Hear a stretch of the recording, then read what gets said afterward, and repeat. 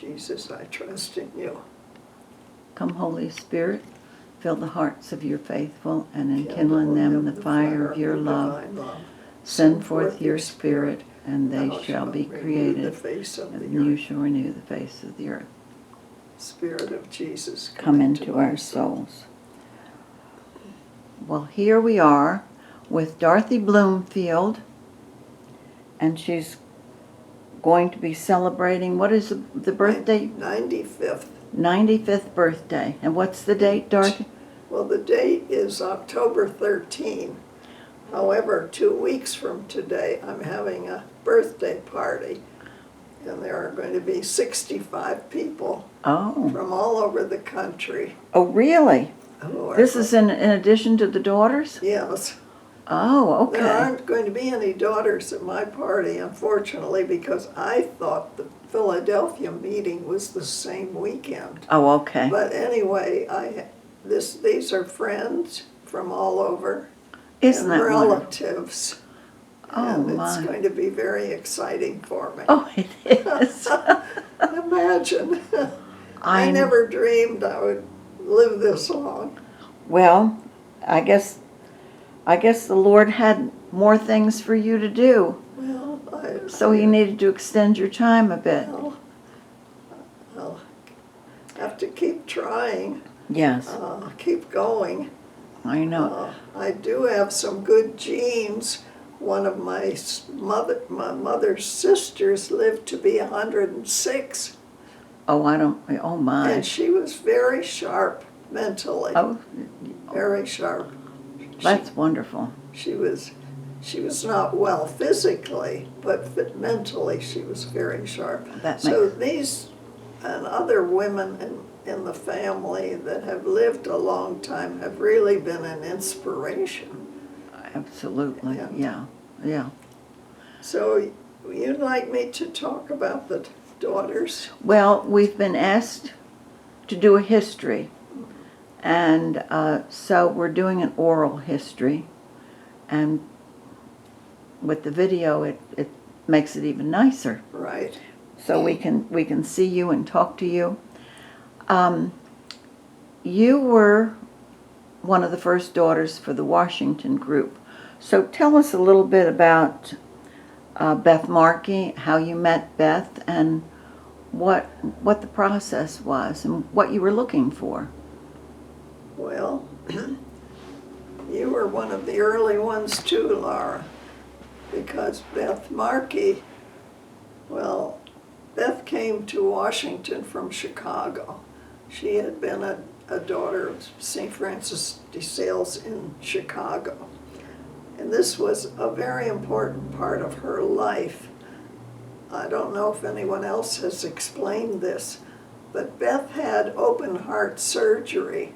Was this been told before? No. She had, when open heart surgery was not as common as it is today.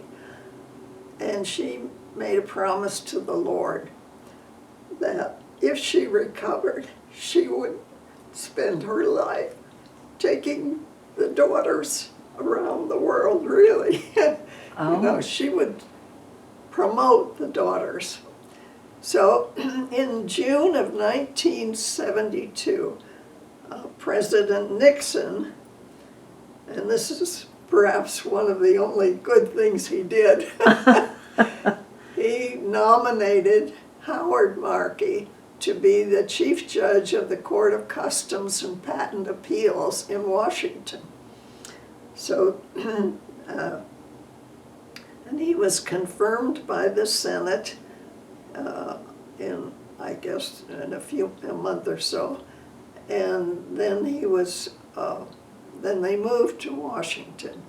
And fortunately for me, they were almost my next door neighbors. They were 2 homes between mine and theirs.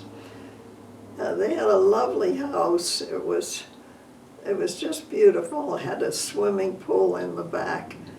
And so I got acquainted with Beth that way, and also because they were members of Our Lady of Victory Church. And So one day she called me and asked me if I would be interested in this, I don't remember what she called it, whether a prayer group or something like that. And I thought, well, that sounds good. maybe that's something I need. And so she called me, asked me to drop by this day, and I went to her house. She had a little booklet there she showed me, and she said, now, this is what we do. You know, Beth was, this is what we do. Very deliberate. Yes, dogmatic, you might say. And she explained that we had these readings, and that was all I remember about that. And so I thought, well, this sounds good. I guess I really, although I'd always gone to church, I didn't really have any Catholic education. Oh. I was always I was educated in Catholic schools, and I did go to Catholic University a couple of summers, but actually I was teaching at Catholic U, and I taught one course, and so I hadn't had any real Catholic education, so I thought, well, maybe this is good for me. Let's see, by that time I was 53 years old. And so anyway, she said, all right. She said, think about it. And I thought about it, and I thought I was living alone at that time. My son was in college, and I was still working. And I thought, well, I think this is something I should do. So I told her that, and she sent my name in somewhere. And then she did tell me I would have a friend or companion who would be helping me with this reading and so on. So as by and by, I was told that my companion would be Mary Rita Perkinson, Oh, okay. who was a very devout lady and very dear friend of Delphine Medill in St. Louis. Now, as you may not know, as you know, Laura, the daughters in the United States were founded in St. Louis by Delphine Medill. And so Mary Rita was a very close friend of Delphine. hers. And so they were giving me somebody close to the hierarchy, so to speak.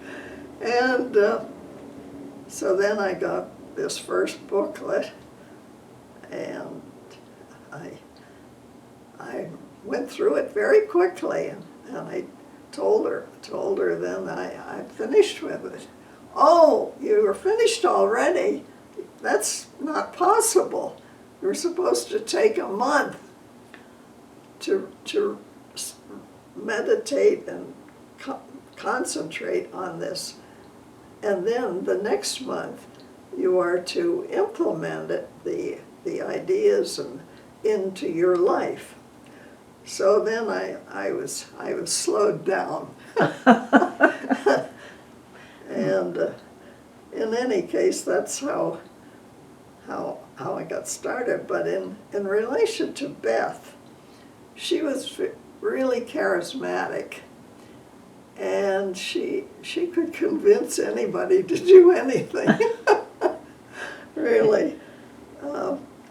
And I mentioned Howard too because Howard was, we should thank Howard because he gifted Beth with the time and the money to be able to do all of the things that she did for us, the traveling that she did as a regional director.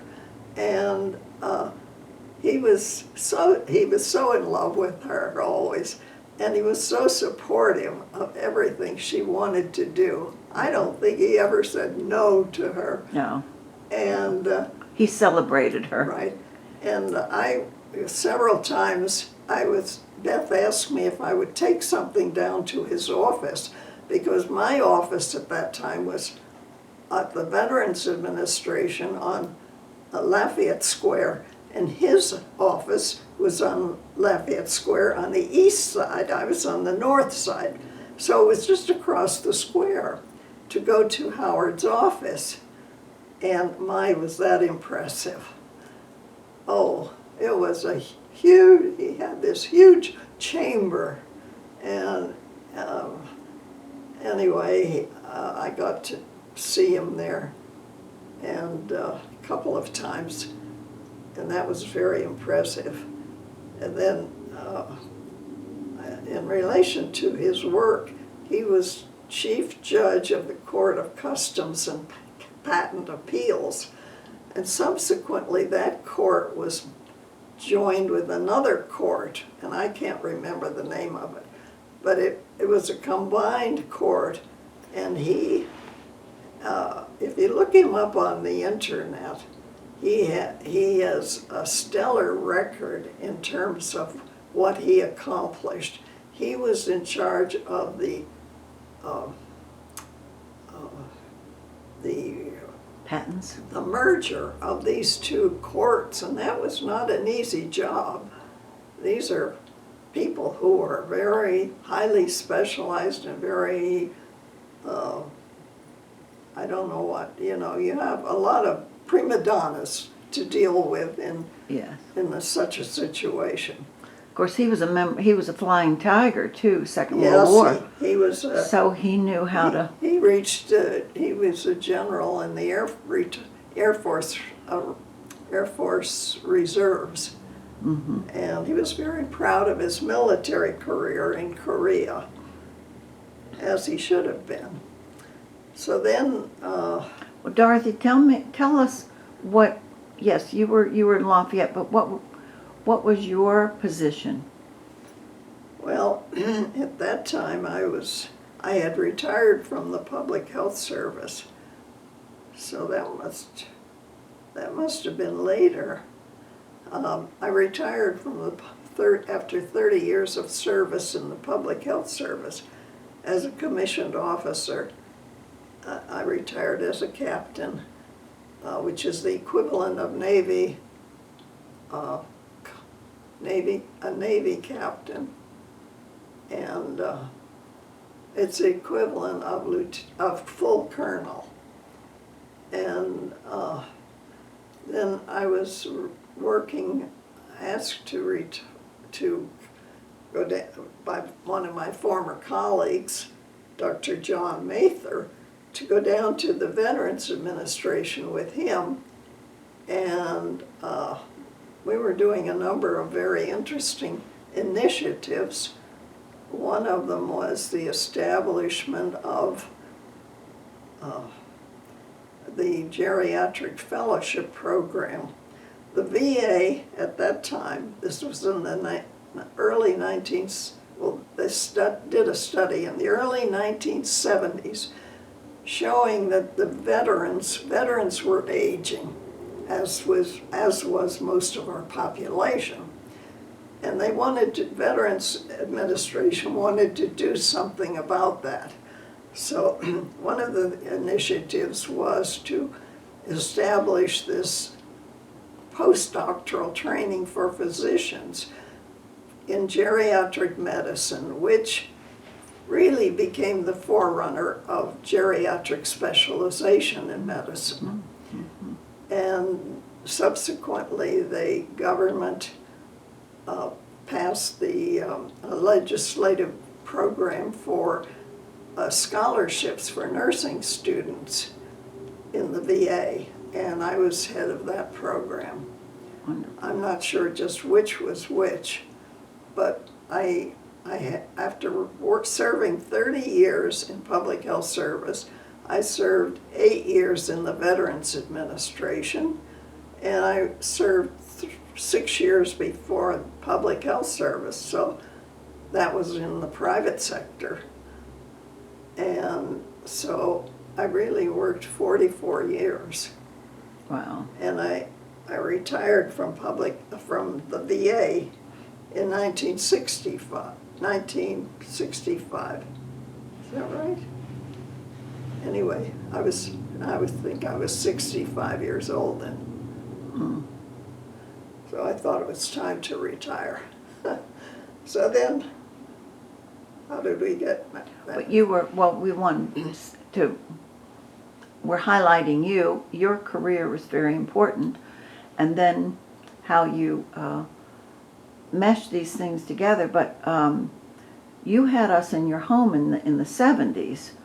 And you were still working somewhere then, weren't you? Yes. I was still working. I think I was at the VA then. Okay. Well, Beth said we have these meetings. Well, before we get to the meetings, one day Beth had a luncheon, and you were there, as I recall, Laura. Mm-hmm. And the other ladies who were there were, I think, Gloria Klepczynski, who also lived on our street. And Madeline Lacavara, was she there? No, she came later. It was, Margarita? No. The tall lady, Mary Hartnett from Virginia. Oh, okay. And Yolanda? Yolande Grande. And you were there, I think. My memory fades me. But let's see, who else were the early ones? Well, Oh, Peggy Stanton. I wonder if she had. No, not Peggy. No. Well, anyway, and she introduced us to this priest, Father Louis Fiorelli, and he was a young, newly oblate. ordained. Yes, and he has been a staunch supporter of the daughters. Yes. Every day, I would say, since then. Yes. And he has supported us and helped us in so many ways that we can really never thank him for all his goodness and kindness.